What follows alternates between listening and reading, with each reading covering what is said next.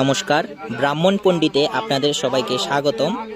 আজকে আমরা ত্রিপাদ দোষ খণ্ডনে পঞ্চাঙ্গ শান্তি সস্তায়নে এসেছি এবং আপনারা দেখতে পাচ্ছেন এপাশে মহাদেবের পূজা হচ্ছে। আমি দুর্গা পূজা করেছি এবং এপাশে চণ্ডী পূজা হয়েছে এবং চণ্ডীপাঠ চলমান, এবং এই পাশে আপনারা দেখতে পাচ্ছেন বৃন্দা দেবীর এবং নারায়ণের পূজা হচ্ছে। গৃহে মধুসূদনের নাম হচ্ছে এবং বাসুদেবের পূজা হচ্ছে।